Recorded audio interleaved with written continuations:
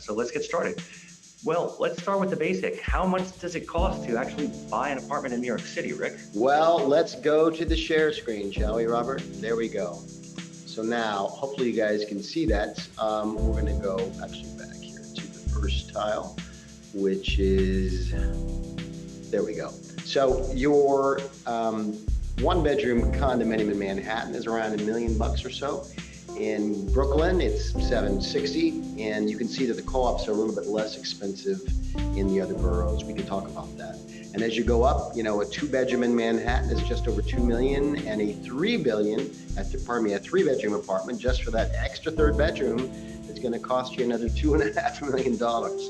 So that's the lay of the landscape here in New York City, and a lot of people make a lot more money than they do in other markets. So hopefully that justifies why some of these amazing property values just keep going up. Yeah, but just seeing these numbers, Rick, like the three bedrooms, space really is the ultimate luxury in New York, isn't it? It really is. And if you notice, as you get bigger, the cost on that same space gets higher in terms of the premium. So you'll pay more per square foot for a three bedroom or four bedroom than you would for a studio or a one bedroom.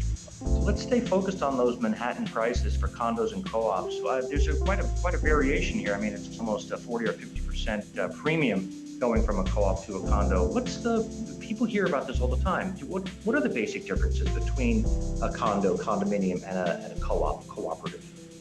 Well, the difference is a condominium is kind of a universally acknowledged form of ownership where you buy an apartment and you share everything else with the rest of the building. You share the roof, you share the doorman, the elevator. The upkeep on the rest of the apartment building is known as a maintenance charge that comes monthly.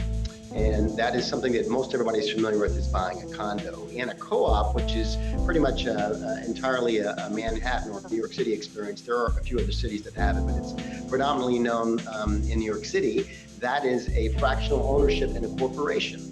So when you buy a co-op, let's just say it's a one-bedroom co-op, $750,000, you are buying shares in a corporation.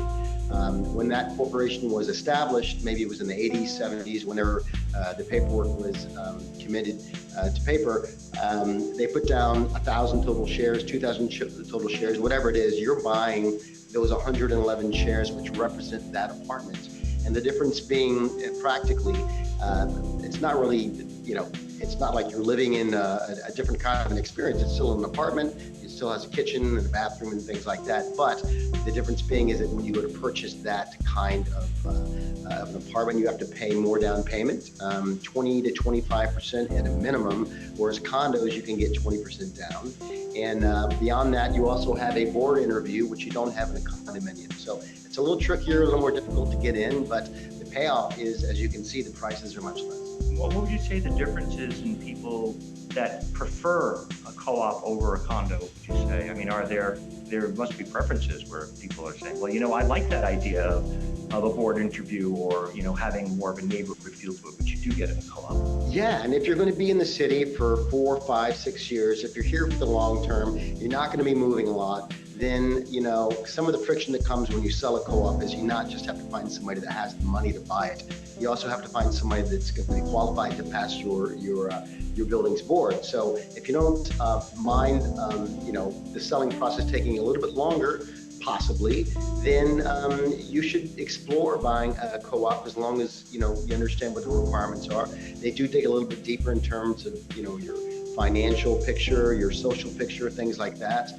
But again, if you're getting a 20, 25, 30% discount on the purchase price and you're going to be there for a while, for many people, it's worth it. You were saying about the co-ops having a lot larger down payment than the condominiums. What other strings come attached with, say, ownership of a co-op as opposed to a condo? I mean, a condo sounds like the more the free form kind of form of ownership, but with the co-op, there are sublet restrictions, aren't there, for instance? There are. I'm glad you mentioned that. Forgot to talk about that. So in a condo, you can buy it on a Monday and rent it out on a Tuesday. If it is a co-op, frequently you have to live in the apartment for at least 2 years before you can rent it out. And sometimes you can only rent it out for maybe a year or two. And in some very strict buildings, they don't allow any subletting.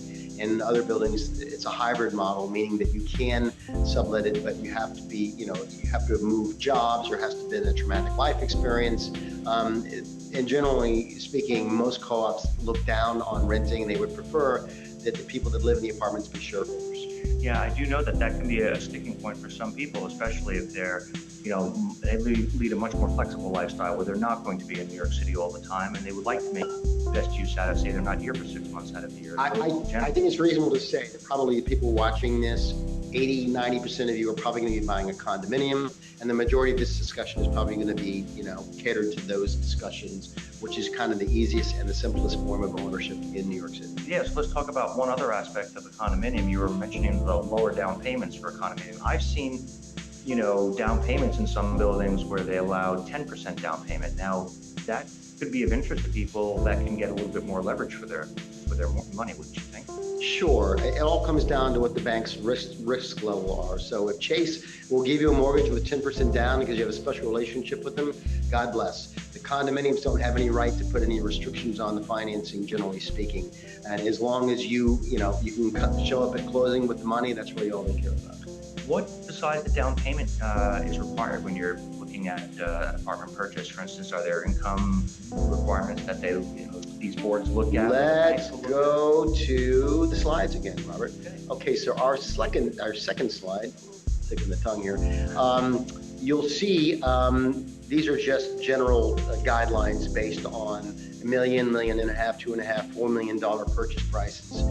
And as you can see, we've pegged the monthlies, which in a condominium would be your maintenance charge or your common charges, at about $2.20 a square foot. That's about where things stand right now for an average condo purchase. So you will need to pay, of course, after you buy the apartment, if you're financing, you'll pay that monthly common charge of $1,051. Is that? Oh, okay. So your monthlies, I think those numbers are off a little bit. I just know we have a few extra zeros there. It's actually $1,051. So they're $1,051. That combined with your $4,814 mortgage payment are going to be about $5,000 or so. Now your total income. Let's just get this. Let's move the screen here a little bit, Robert, if we can. So your total income needed should be no more than 28%. Your total housing payment should be no more than 28% of your income. So actually, I think we're going to have to redo the slide. So let's just get out of that slide for a second. We'll talk about it for a second. Let's get out of that. So we'll go back to the people that created the slide, which is us. So and by the way, when we send you the attachment, we'll make sure that slide is correct. When you're buying an apartment in Manhattan, so your total carrying charges, your monthly charges, which should be common charges in the condo or maintenance charges in a co-op, those numbers combined with your monthly mortgage payment can equal no more than 28% of your income. And those are pretty hard and fast guidelines. Same thing as if you're getting a bank loan, that's what they would want to see. And that's what a co-op would want to see as well. Yeah, it makes a lot of sense, right? Because if that number is higher than whatever that cutoff is, 28, 32%, it starts to really, get the banks nervous as to the risk profile on the property. That's right. Trying to minimize their risk. That's right. When would you say is a good time to buy? Is there a good time to buy an apartment in New York? A good time to buy is whenever, you've got your down payment saved and when you feel pretty good about your credit, generally speaking, it should be over 700. And you have some stability in your life. Of course, you don't want to be going into a purchase and things are going to be changing in the next 2 or 3 months. So when you have the ability to make some long-term plans, you've got some cash, your credit is pretty good, that's the time to start looking. Would you say now in the winter months it's also a good time to look to buy? Because it seems like the market has definitely, it tends to get slower in the winter time, doesn't it? It does. Some people have different perspectives. A lot of people look in the winter thinking that they're going to buy something in the spring once things heat up. I will tell you that the spring and the fall markets are the busiest. That's typically when most people list their properties. So you've got more inventory in the spring and the fall, less inventory in the winter and the summer. However, it's never too early to start to look. You can always look online free, and the better you educate yourself in terms of prices and what the offerings are in the particular neighborhood that you want to buy in, it's great. But in terms of actually timing the market, it's hard to say. Really, there's deals to be had and great negotiations to be had in every market. Well, let's say this is the right time for me to get started, or I say it's going to be in April of next year. What do I do to get started? Where's the first place that you would go? I mean, do you start searching online? What do you do? What criteria do you put together? Well, in addition to having your down payment of 20%, which is kind of standard for condo, or call it 25% for co-op, you're going to want to have a couple of other things. You're going to want a pre-approval if you're going to be seeking financing. Yeah, let's talk about that. That sounds very important. Sure. A pre-approval is basically a cursory overview of your financial position and a general letter of loan ability to you. And that means that the bank has said that they will be able to write you a loan. It's not a firm commitment, but it's something basically that you can show when you're making an offer. It'll prove that you are credit worthy, and there's a good chance if you're financing that you're going to be able to close, and the owner is going to be able to get out in front. So do I just call up my local bank? Is there a person? Chase, Citibank, any of the big ones, Wells Fargo, they make a lot of money on the mortgage business.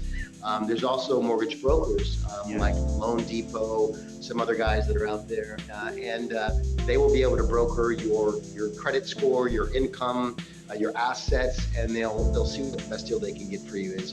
And typically you can get a pre-approval letter the same day if you just share some basic information with your lender or mortgage broker. Do you think it's important to have a pre-existing relationship or some kind of relationship with a particular person as a mortgage broker as you start on this search? Is that a good thing? I don't think that's necessary, but as with anything else, measure twice, cut once.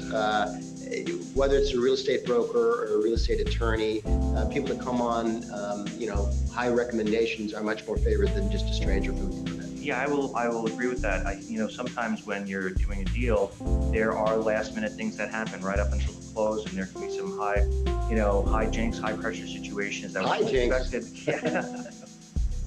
And it's good to know that you have that person will pick up the phone when you need them, because sometimes there are documents that are needed like last minute. So it's important.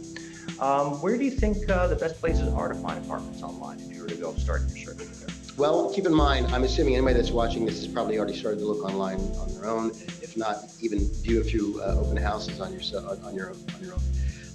You can start looking. Obviously, we just launched Alta, and if you go to altanewyork.com, we're very proud of the website. You can search for all listings there in New York City, from Douglas Elliman, Corcoran, Sotheby's, as well as Alta exclusives. You can view everything, and we think it's a better experience than StreetEasy. StreetEasy is the most popular. It's owned by Zillow, and you can look there as well. And then, of course, there's other things. People use Zillow, Redfin, Realtor.com. But I would say in New York City, you would either use something like Alta, which is a brand that or you would use StreetEasy. But there are caveats when you're searching in terms of making sure you understand who you're talking to, who's representing the property. Those are things that a lot of people don't know.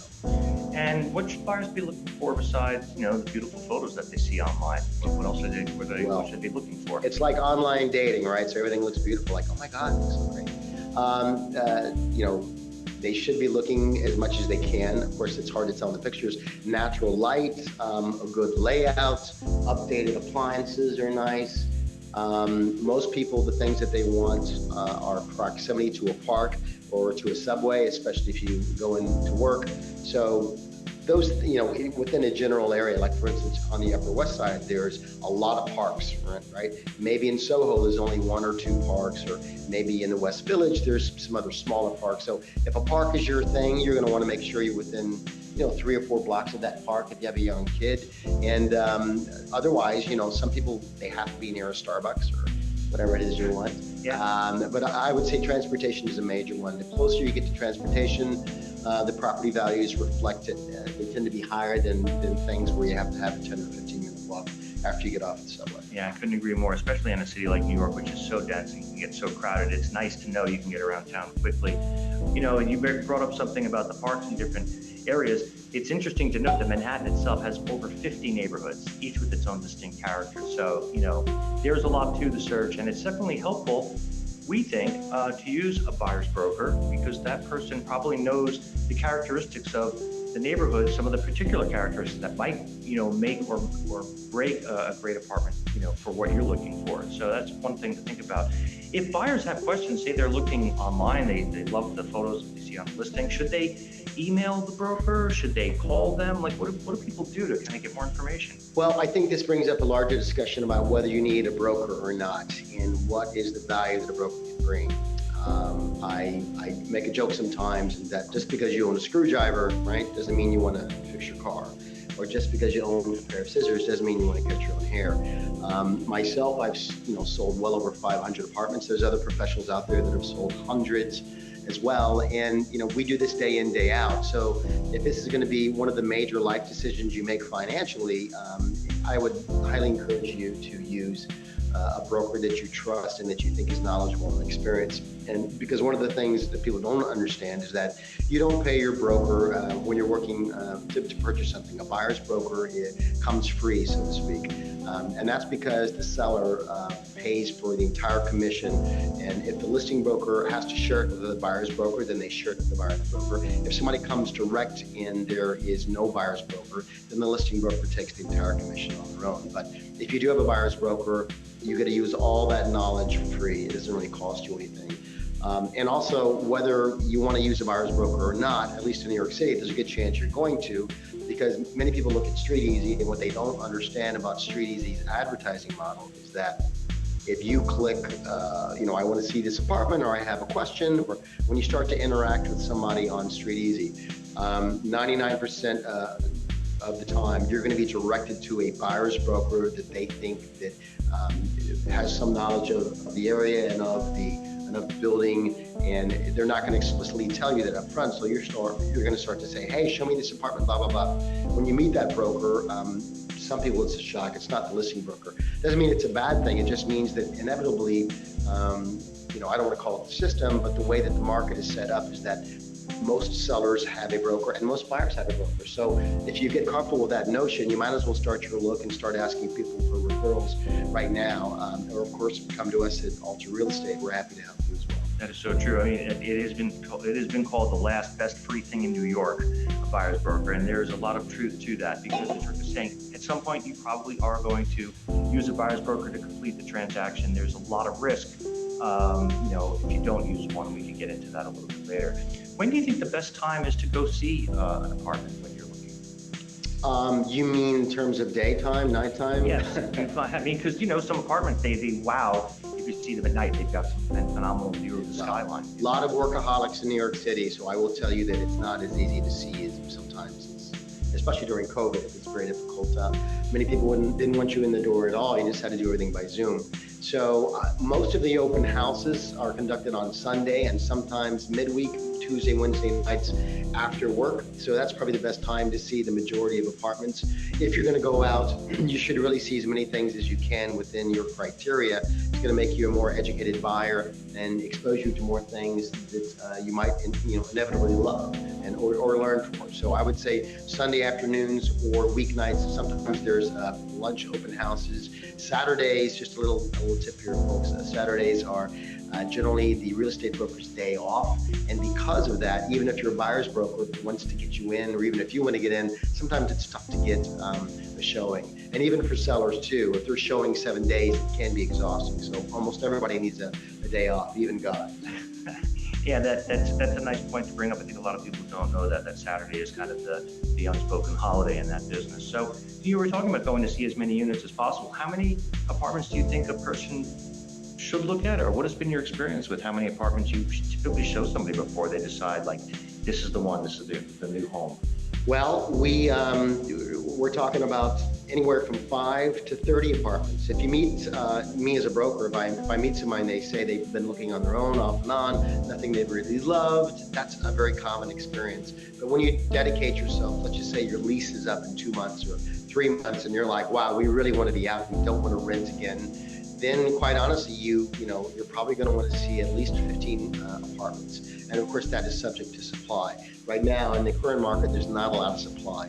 But you're going to want to see enough to where you're going to feel good about your decision. I've frequently gone out with first-time buyers, and we see something amazing the first or second day, and they love it. I love it. I'm like, it's great. It's a fair price. Let's go for it. And they're like, I don't know, because they don't trust themselves yet. Inevitably, we see another 5, 10, 15 things. We come back and it's sold. So it's just a matter of trusting yourself. You need to see a certain amount of apartments just to be able to trust your own intuitions.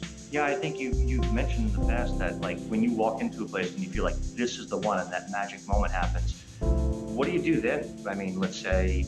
Okay, this is good. Now we're getting to the putting the meat on the bones part of it. So the offer process.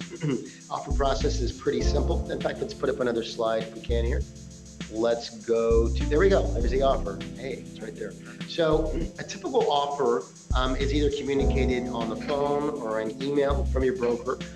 It can also be communicated on text. There's no wrong way to do it. You basically are going to communicate what your offer is for the price. I mean, your prices for the apartment. You're going to let them know how much is your down payment. Again, a lot of people like to put down the minimum, but since interest rates are a bit higher than they used to be, some people may want to put down more of a down payment so they don't have to take as big of a loan. So your down payment will be something else you express. And then in terms of your financing, you're going to ask for a mortgage contingency if you're getting a mortgage, and you're going to say when you can close. It's typical to close in 60 to 75 days if you're getting financing. If you're closing cash, you could close even in 45 days. And in terms of, I just said you should ask for a mortgage contingency. I'm saying that as a mortgage, I'm saying that as a buyer's broker. As a seller's broker, the sellers would prefer that that you do not ask for a mortgage contingency, because if you're going to get a loan, it just adds another degree of uncertainty, another hurdle that you have to pass through after signing the contract before the seller really knows he's going to get his money in close costs. Yeah, it must be a little scary when there is no mortgage contingency on some of these deals because there's a lot at stake. What are great questions to ask a listing broker if a buyer is really interested? I mean, do you have particular questions as we're getting closer, to making an offer on an apartment? Sure. If I was making an offer on your behalf before I even made the offer, especially if we thought it was well priced, I would call the other broker. I would find out the situation. Have you had any deals? Has anything fell apart? What's the motivation of the owners? You also want to know, are there any other deals on the table? Let's just say they're asking, $2,150,000, and they've got an offer for $1,999,000 on the table that is going nowhere. You don't want to come in with $1,850,000, assuming that nothing has changed in the market. You're going to have to come in with something a little bit stronger.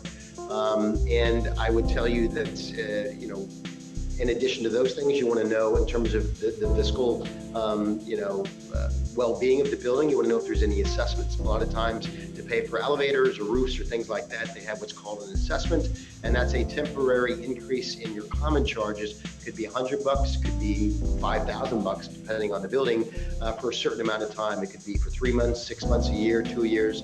Assessments are something that buyers don't like and sellers don't like, but they're a fact of life, and that's something else that you would ask about.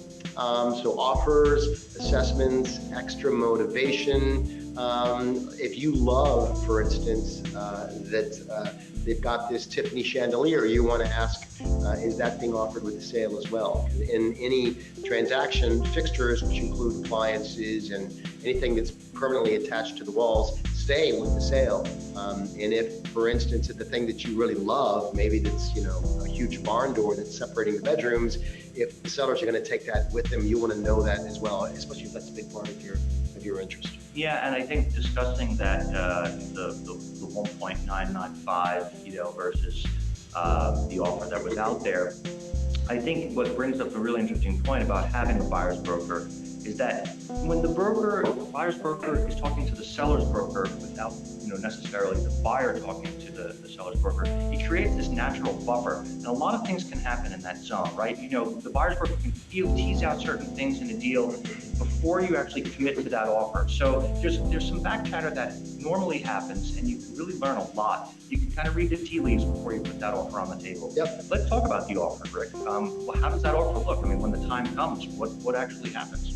Well, I think we just put up a slide a second ago, Robert, and that slide is basically all you need to do to convey an offer.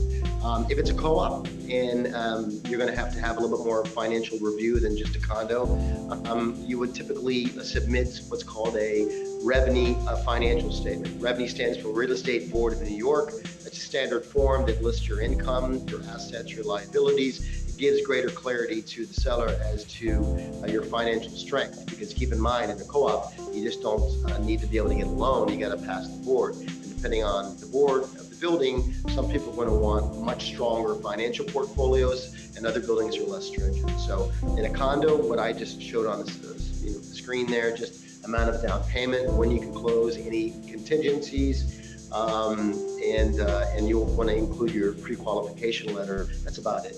How long does the negotiation typically take until you actually finalize, like offers accepted? How long have you seen those typically, I would say the average for me on negotiations is certainly less than a week. It's probably 4 to 5 days if there's high interest, because everybody wants to get a deal done, and there's more exposure for an offer that's on the table for more than a few days, both for the seller and of course for the buyer. So I would say a few days is in general, but sometimes people are traveling. Sometimes, they live in another country. Things take a day or two to be communicated. I have seen deals struck the very same day, especially in a hot market. And in that case, a lot of times the seller's broker, once they accept the offer, they may request that you sign a contract very quickly. Typically, once you have let's just walk through the contract close steps now. Let's go to this. Yeah. Okay. All right. One more here. Great. So once you have an accepted offer, and this slide you see here is going to pick up after we had signed a contract, but I'll just go through that now anyways. So once you have an accepted offer, there's nothing verbal right now, nothing besides the verbal you need to do, unless they ask you for additional financing resources. So once the seller accepts your offer, then the seller's broker will compile what's called a deal sheet. The deal sheet is going to reflect the terms that were agreed to, what's included, what's not included, when you're going to close, how much down payment you're going to make, those other kind of things, and of course what the price is. It's also going to say what are the current common charges and taxes on the property, so there's no surprises when people go to close. And that'll be the framework that they will give to the seller's attorney. Seller's attorney will take the deal sheet after it's been filled in with both the buyer's info and the seller's info, and they will send out a contract. And that contract is sent to the buyer's attorney, to your attorney. And typically about a week is what it takes to turn around. And what does your attorney do in that week between then and when you sign? When a contract is sent to them, they will review the building's financials to make sure there's no financial disasters or weakness. People like to look for a certain amount of reserves. It means extra cash in the bank, so that if there was, let's just say, something wrong with a plumbing issue or a roof, you wouldn't have to come out of your pocket immediately as a new owner. So they'll make sure you have good financing, finances in the building. They will also look at the board minutes to make sure that nothing's being discussed that wasn't shared by the selling broker. I've seen, sometimes things go up where people are getting ready to do away with the doorman. That wasn't publicized with the listing broker, so that would be something you'd want to know if you're going to be buying into that building. So once your buyer's broker has gone through the minutes and the financials and he's negotiated contract terms, you're going to sign that contract in about a week after getting it in general. And when you sign that contract, you're going to put down a 10% contract deposit. So if you're buying $1 million apartment, you need $100,000. And that money goes into the escrow account of the seller's attorney. He can't touch it. The owner can't touch it until closing, or until default, which is, I would say, it's possible, but it's rare. So your money is safe, and it basically locks up the apartment. Now, you're technically not locked in yet because sometimes, especially in a hot market, the seller may sit on a signed contract for a couple of days before he signs, hoping he can better it. But in a normal market or in a buyer's market, as soon as a buyer signs, generally the seller will co-execute that agreement within a day or so, and you'll have a fully executed contract. So here we are. We have the search process. You find the apartment, you make an offer on the apartment with the offer letter. A deal sheet comes back from the seller's attorney. The contract comes in that's prepared by the seller's attorney. Buyer signs the contract, puts the contract deposit down. It goes back to the seller. They sign it, and at that point, Rick, you got a deal. You have a deal. You haven't closed yet. But closed the deal. But Robert, the girl said yes. She said yes. She said yes. She took the ring.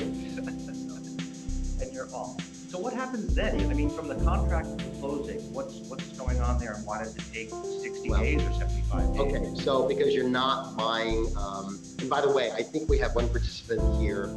It might be Georgios. Hey, Georgios. And I know he's looking to buy a house.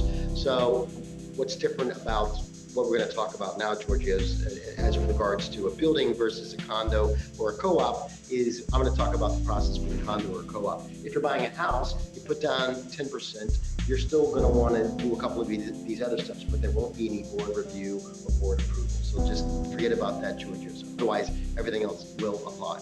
So you've got to sign contracts. If you're getting a loan, you're going to turn that contract in with your loan application to Chase or Wells Fargo or whoever you're going to get a loan from.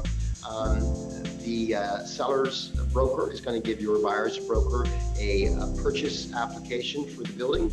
Every building is managed by a different management company. Some buildings, like in Long Island City, Queens, they may have a one-page thing that you have to fill out.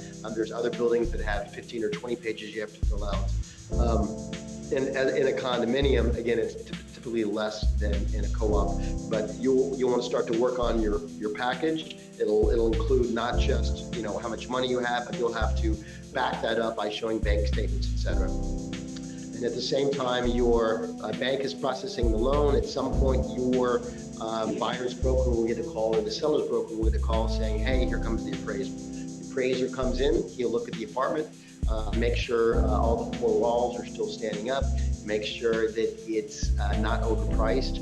90% of appraisals come in, at or slightly around the contract price, so there's no issues.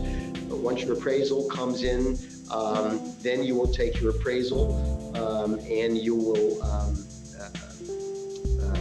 I'm shooting blank here now. You have your you'll take your appraisal. Which at that point is going to satisfy the mortgage contingency in the contract. This means now that as soon as the apartment appraises, that the seller is going to say, aha, now at least we know it appraises, we look good for closing. So you're going to take your mortgage commitment, which is going to come another another 2 weeks after the appraisal, if it's a positive appraisal, and that's the kind of the last piece you'll need. So the mortgage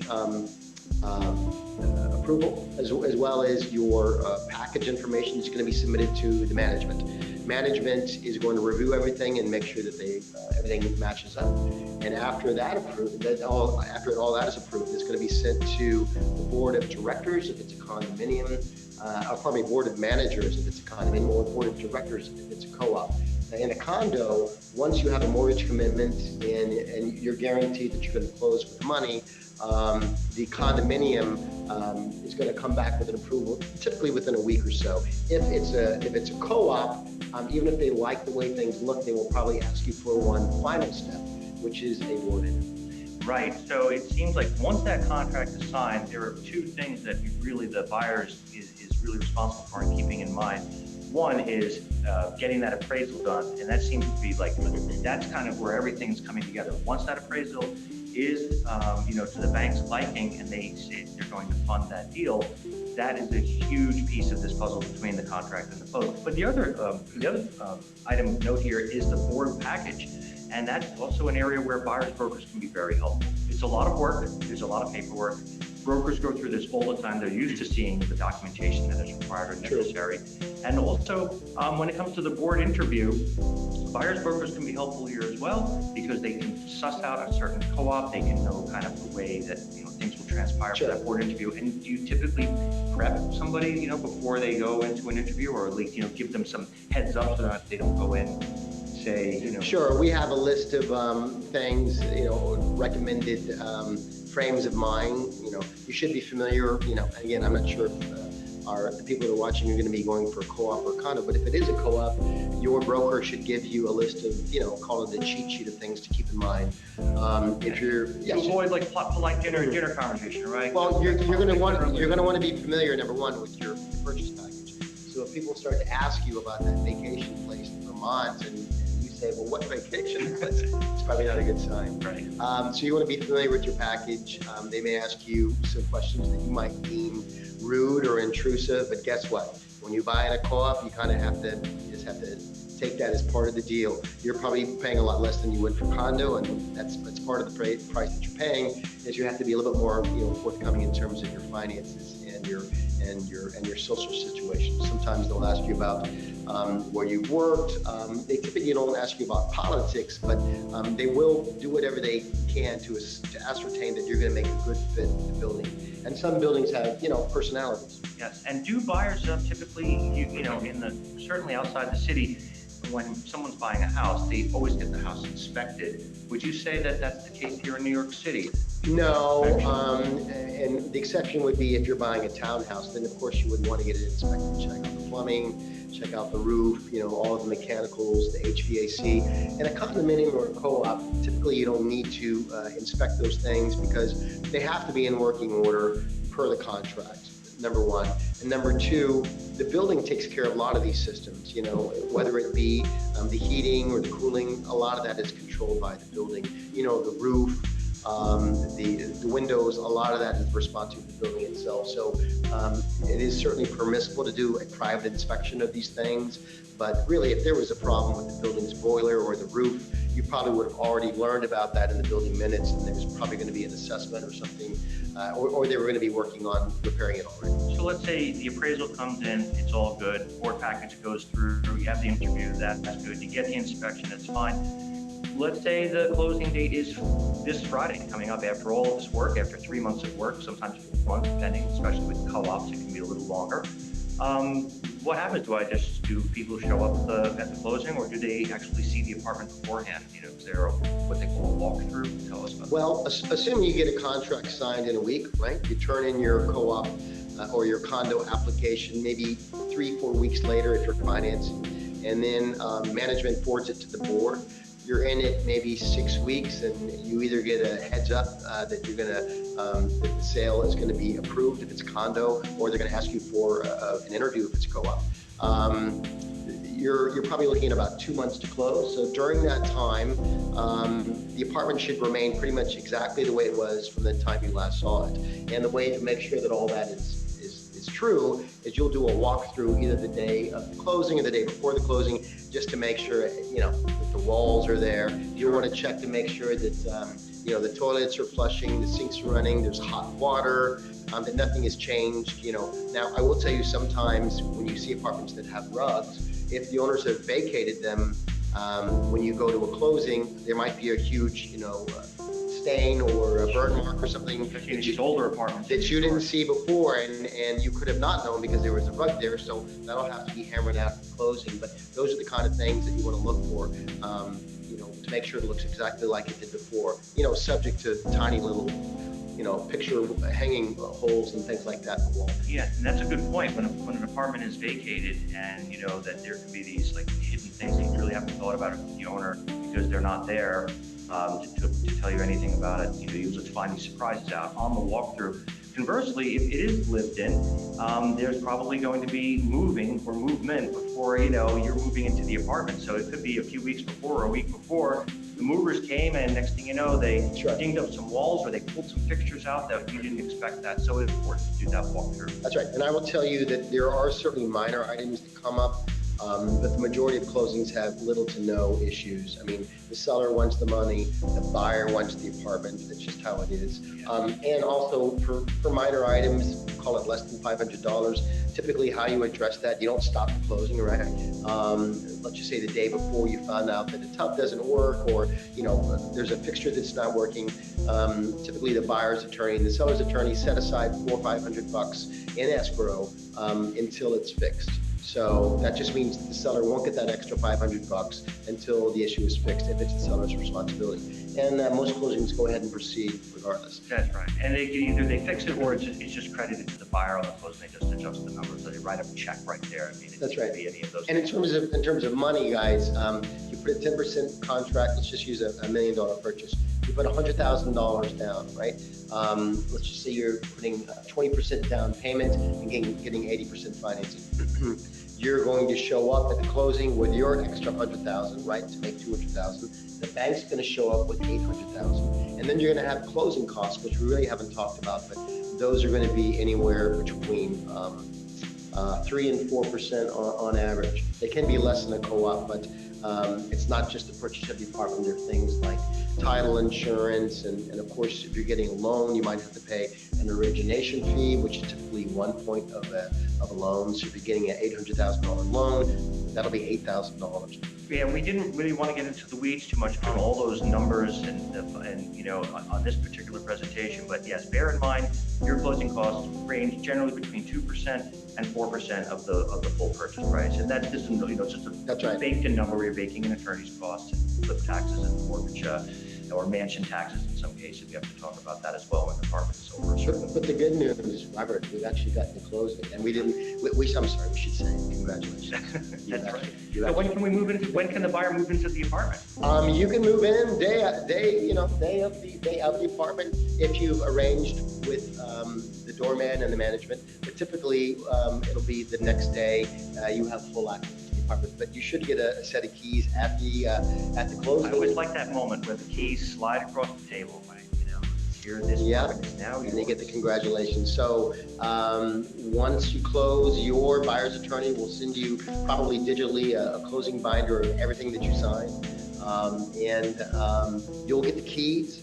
You'll walk in, you'll introduce yourself to the doorman if there's a doorman, or if not, you'll open up the apartment and it'll be yours for the very first time. It's very exciting. It is really exciting. I get emotional sometimes during these closings, and you just see it's blow off the seller's mind who have sold the place. The buyer's excited to be moving in. It's a wonderful thing. Yeah, and also your first loan payment typically is not for 6 weeks after the closing. So a month after closing, you're gonna kind of feel like a winner because you don't have to make an immediate payment, especially if you've been renting and making a payment every month, for your life. So. Yeah, no kidding. And if you are renting, it is always a good idea to think about buying a place, especially depending on your time frame here in New York. So consider that. We are here to help any way that we can for this process. We know it can be challenging, it can be a bit of a journey, but we like to make it fun and as pleasant as possible in a city like this where there's so many things going on, but many units to look at and so many decisions to be made. So we want to say thanks for joining us. We are going to send you some supplemental material and also recording of this conversation, so you don't have to take notes. I mean, you could have been taking notes, but it's not that difficult. I mean, I'm saying that because I've done it hundreds of times, but really, if you do, work with a professional like ourselves, we can take a lot of the stress off of your plate and give you best practices and say, I've seen that, or I haven't seen that before, but more than likely, a good broker will have seen almost everything come down the pike, and they should be able to reduce your stress. And at the end of the day, once you get past the closing, you're in your own home, it's all going to be, worth it for sure. So we'll leave you just with this one very important point is, what is the team that you need to buy something in New York City? And it's 3 people. That is your real estate attorney, who's going to help you on the buy side, looking at those contracts and making sure that the building is, up to snuff and everything that we expect. Your mortgage broker or banker that's going to be financing the loan, and your buyer's broker. Those 3 people, that's your team. And if there's anything that we can do, let us know. I can see that we answered the question. You're forgetting moms. So those 3 and moms. So. And if there are any questions that we haven't answered here, you can always email them to us when we send you follow up. And we appreciate your time. Thank you for joining us today. All right. Now, how do we stop this recording? We're going to figure it out. Okay. Bye.